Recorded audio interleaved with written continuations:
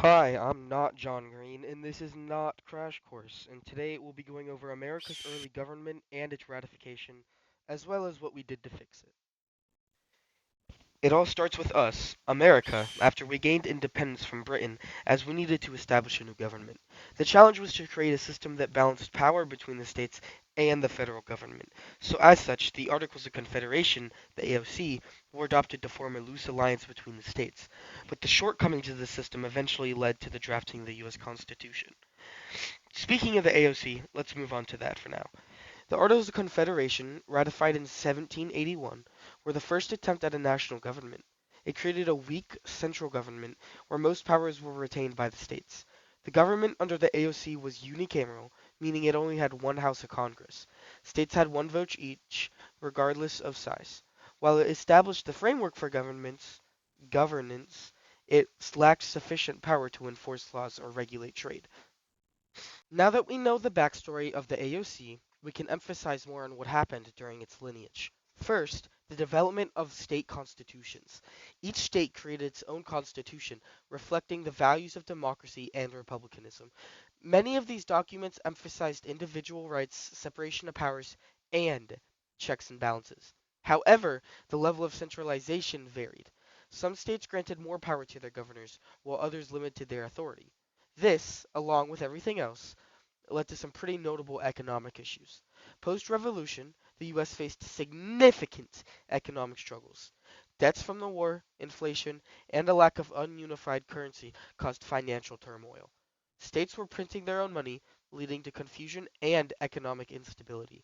Additionally, without a strong federal government to regulate interstate trade, economic issues became a central concern.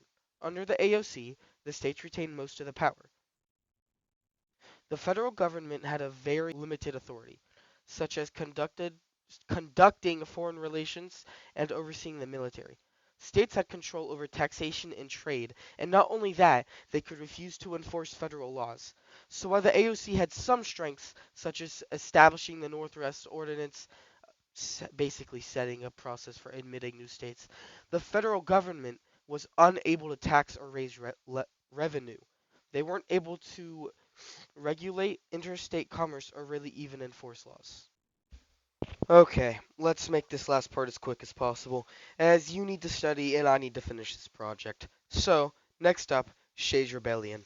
In 1786, farmers in Massachusetts, led by Daniel Shays, revolted because they were drowning in debt and being taxed heavily.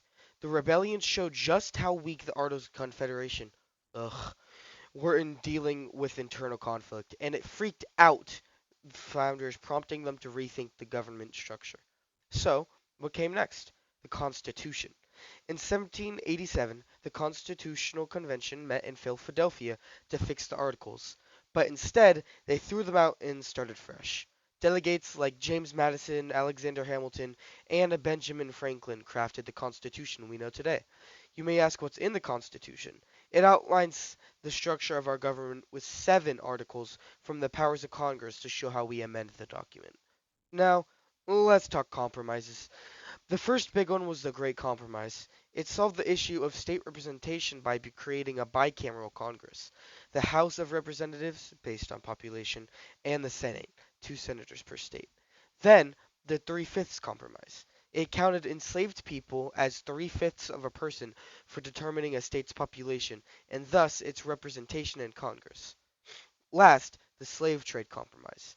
It allowed the importation of slaves to continue for 20 more years until 1808 to satisfy southern states. That leads us to the Federalist Papers written by Hamilton, Madison, and Jay, defending the Constitution. The Anti-Federalist Papers argued for protections of individual rights. Finally, the Bill of Rights.